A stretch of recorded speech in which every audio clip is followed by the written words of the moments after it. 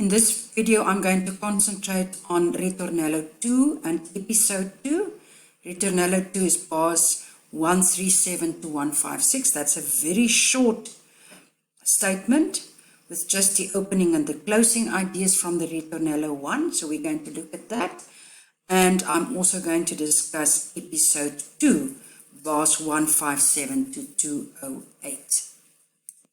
So if you go to your sheet music, you will see there bar 137.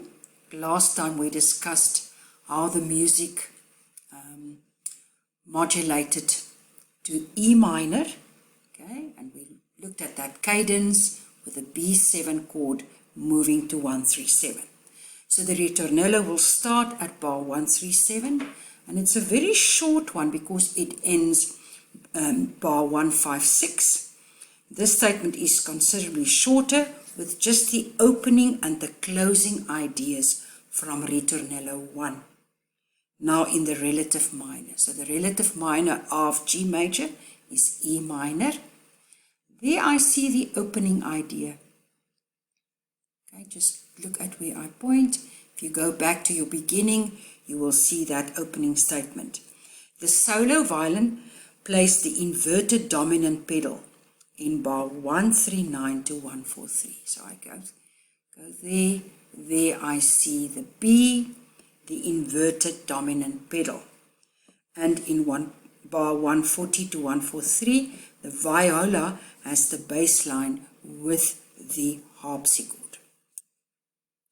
So here I still see the solo violin, 139 to 143, playing the inverted pedal, the dominant pedal. Note the B, and let me show you 140 to 143. The viola has the bass line with the harpsichord. So I see the notes there, and it's exactly what the harpsichord plays. At 143, the music jumps to the closing material. Okay, so there, 143, the music jumps to the closing material from Ritornello 1 that started at bar 69. If you go back to the first video I recorded, you will see the opening statement there. Okay, that was right at the beginning, that opening statement that I have in Ritornello 2. Okay, and I see that dominant pedal note that the violin will play in Ritornello 2. Now here I have bar 69. Okay, so try and find that also with your Ritornello 2. You see that pattern, da da da da da da, and it carries on.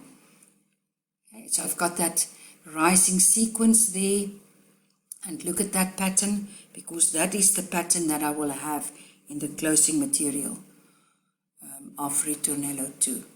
So there I see the pattern that I showed you of bar 69. I see the material there. Okay.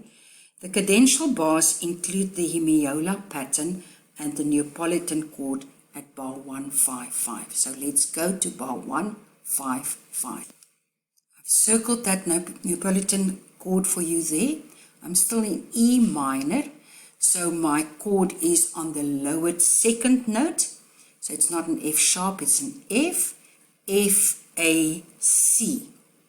That is my Neapolitan chord that I have there in 155. And I see a lot of those hemiola patterns. Okay, and it rushes to the end of the Ritornello. I've circled a few of that hemiola patterns there. Now episode 2, bar 157 to 208. This starts in the key of E minor as a dio for the two recorders. So there I see that they play in dio, accompanied by the ripieno. So they're quite active here. And a solo violin playing the same music as the first violin. So there I see my solo violinist playing exactly the same as the ripieno violins. Recorder 2 is initially in canon with recorder 1. You see that the pattern that's played there is repeated a bar later, before they have separate lines. Okay? So they start off in a canon and then they move to separate lines. The descending sequence in bar 161 to 164 places a stress on the second beat of bar 162 and 164. So let's find bar 161. There I have bar 161. Look at that pattern. And let's look at the sequence now following that. And I've circled in bar 162 and 164. I have circled that stress on the second beat. And the trills also help to put a stress on that second beat. From bar 165, the cello has a simplified version of the continuous semiquaver bass line played by the harpsichord, sounding like a walking bass and creating three-part counterpoint with the two recorders. So let's look at that, 165. So that sounds like a walking bass, okay? And the cello has a simplified version of the continuous pattern. So it just forms the outline of this pattern that I have in my harpsichord there. And this also sounds like a walking bass. And the texture is much thinner here. I don't have all the piano instruments playing there. And it actually creates a trio with the two recorders. Also the violin is not playing there. The recorders take it in turns to sustain and suspend. Now we've done the sustained and suspension in the first video. So look at all those ties forming the suspensions, alternating with imitative semiquaver movement. So first the one recorder is quite busy, and when that one takes a break, the other recorder is quite busy. From bar 164, the texture is much thinner, as only the two recorders and continue play. Okay, and I see that there. From bar 172, the harpsichord and cello lines are the same. And from bar 176, they outline part of the circle of fifths and modulate towards A minor. I've marked it here for you in your music. This is bar 172. The harpsichord and the cello line, they're exactly the same. And from bar 176, they outline part of a circle of fifths. A, D, G, C, F, B. And I'm on my way to 8 A minor there. When the music reaches A minor in bar 185, a ritornello might have been expected, but I don't have a ritornello. We do hear what sounds like the opening two bars of a ritornello in A minor. But at bar 187, that's bar 187, the solo violin begins a long passage of virtuosic scalic demi-semiquavers. You see, that's quite busy. Okay, so I don't have a ritornello there. These are initially accompanied by the continue and the recorders. So initially they play along. Playing music derived from bar 4 to 5. So let's go back to bar 4 to 5 and see what we see there. So this is bar 4 to 5, and I've got that pattern ta-ra-ra-ta-ta-tum and 1, 5, 1. So I showed you bar 4 to 5 now. So there I see the pattern ta-ra-ram pum pum pum. Okay, here I see the same ta-ra-ram ta-ra-ram ta-ra-ram. Okay, and that's the music that I had in bar 4 to 5. However, at bar 191, the entire piano section enters. So there I I see everybody enters again, and from bar 194, the piano violins take over the accompanying melodic figure from the recorders. Okay. So the violin is still very busy there, but here at this spot here, 191, everybody enters again, and there I see the violins taking over that recorder pattern. Ta-ra-ram, and if I go on, ta-ra-ram, ta-ra-ram, ta-ra-ram. So I've got that pattern. Okay. Bar 195 also uses the diminished seventh chord. So go to your bar 195. I see the notes B, D, F natural, A. So I have a diminished fifth with an added seventh. From bar 197, the recorders are in canon again, with the piano violins just one beat later.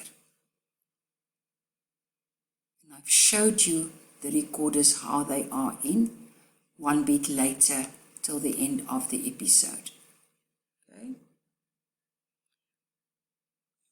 Lasting until the end of the episode. At bar 200, the music passes briefly through D minor on its way to C major.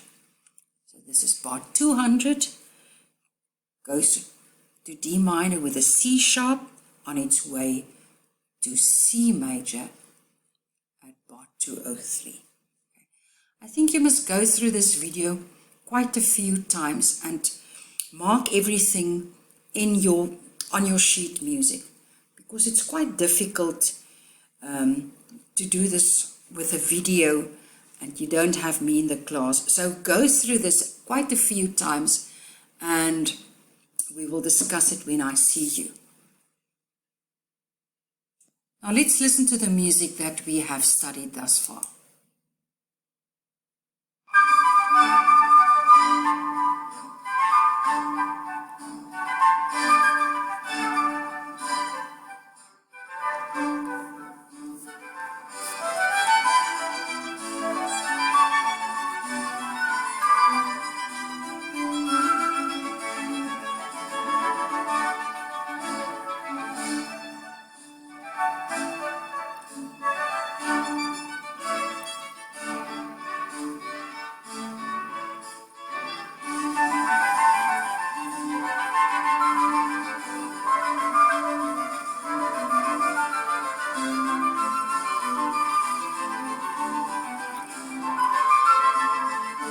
Try and follow every bar of music that you hear there.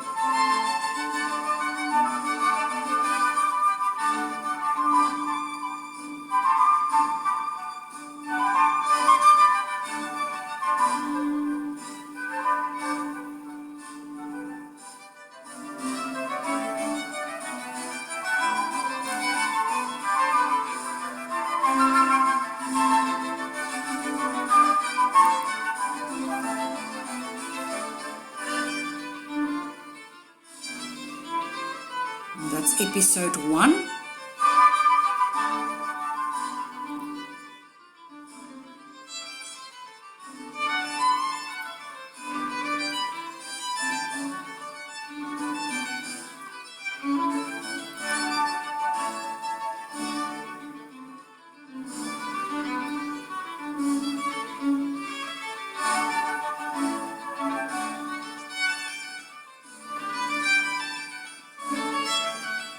Thin texture there.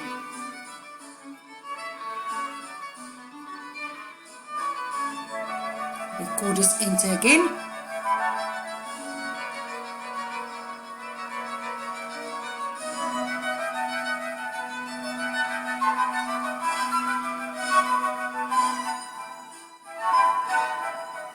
That's the part that we did today, the ritornello 2. Using the opening and the closing material from ritornello 1. There I hear the hemiolas.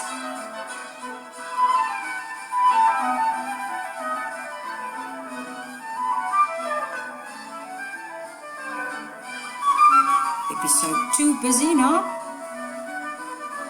I have the suspensions,